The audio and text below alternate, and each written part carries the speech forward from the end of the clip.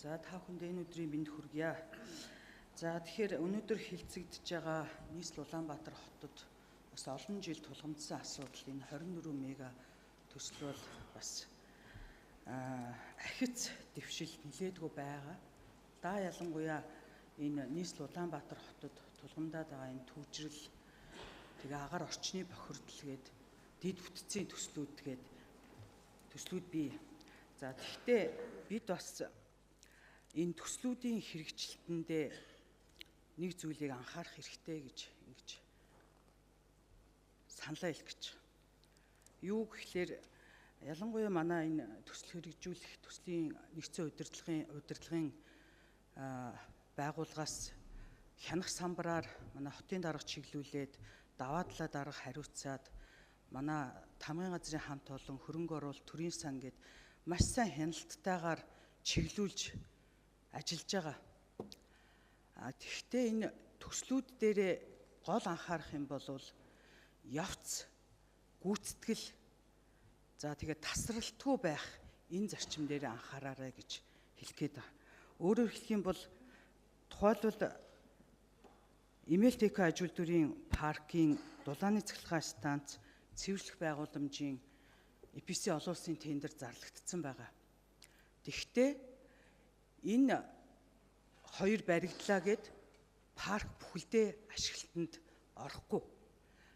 Шаардлагатай бусад инженерийн дэд бүтцийн асуудлууд, зам, үерийн байгууламжийн асуудлууд 26-27 оны төсөвдөр зайлшгүй байх ёстой.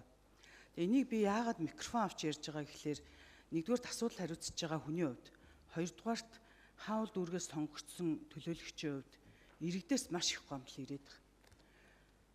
Өчигдөрхөн дүүргээс сонгогдсон их хурлын гишүүн, алдарч ахлан гишүүн энэ арь ширний үйлдвэрүүдэд нүүлгэх асуудлаа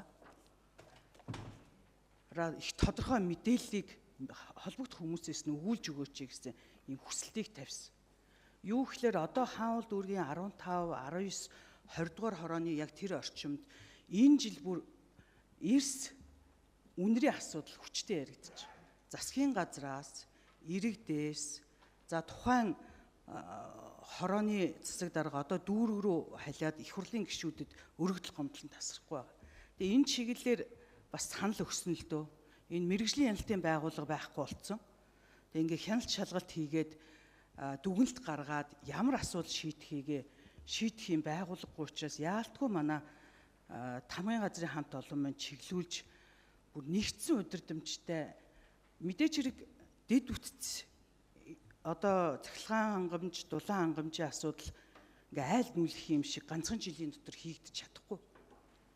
Энэ хүртэлх нүүх хүртэл 2027 он хүртэл энэ тулгамдсан 20 дугаар хороон дээр үүсээд байгаа юм тулгамдсан асуудлаараа агаар орчны бохирдол, байгаль орчны газар, за энэ ус суугийн удирдах газар гээд энэ байгууллагуудын хамтарсан хяналт шалгалтыг хийж иргэдийн өргөдөл гомдлыг нэг талдаа шийдвэрлэхгүй бол одоо 11.1 төвийн гомдол Эмэлт паркийн төслийн талбайд хаавс 13 дугаар хоронд байгаа байгууллага руу энийг шийдгээд бид дэд бүтцээ тавьж үйлдвэрүүдэд нүүлгэж тэнд үйлдвэрүүд үйл ажиллагаа явуулж эхлэх учраас дарга би нөгөө бас их иргэдийн саналыг уламжилж байгаа учраас нэмэлтээ авъя.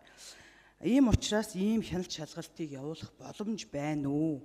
Энэ асуудлыг яаж шийдвэрлэх вэ гэсэн нэгдүгээр асуулт санал хамт тавьж. За хоёрдугаарт энэ удаагийн хотын удирдлагууд, нийслэлийн иргэдийн хурал, тамгын газрын хамт олон 10 гаруй жил бухирдсан энэ арь ширний үйлдвэрүүдийг нүүлгэх энэ зоримог шийдвэрүүд гаргаад ингээ явж байгаа. Энэ төслийн дэд бүтцүүдийг нийслэлийн төсөв болон улсын төсөв дээр тавихад онцгой анхаарал хандуулахыг хүсэж байгаа. Яа тэгэхээр энэ өөрөө бүхэлдээ 500 орчим тэрбум төгрөгийн их усүр шаардлагатай. Одоогоор хотын удирдлагууд 225-ын асуудлыг үйлчлэлтэй шийдвэрлээд явж байгаа. Тэгэхээр энэ дэд бүтцийн асуудлыг дутуу шийдэх юм бол энэ төсөл удаашрах ийм магадaltaй учраас энэ улсын төсөв дээр зарим одоо зам, үерийн байгууламжийн төсвүүдийг тавих дээр бид саналаа өгсөн. Тэгэхээр иргэд энэ асуудлуудыг бас давхар ахаад өмнөөс цааш одоо 28 оноос хойш ахаад энэ үнэрийн асуудлыг ярихгүй байх энэ хэмжээнд асуудлыг иргэд тавьж байгаа шүү. Энэ дээр бас анхаараарай гэж. Дараагийн дугаарт нь төслийн нэгдсэн удирдлагын хамт олон маань энэ төслийн хэрэгжилт талдаа гүйцэтгэл санхүүжилтийг манай хөрөнгө оруулалтын газартаа бас уялдаатайгаар ингэж авч явж чадах юм бол энэ төслүүд амжилттай хэрэгжиж шүү. Тийм учраас энэ гүйцэтгэл талдаа тулгымдсан асуудлыг нь дашбордоор хянаж байгаа энэ процессыг алдагдуулахгүйгээр яваарай. Тэгээд та бүхэнд амжилт хүсье.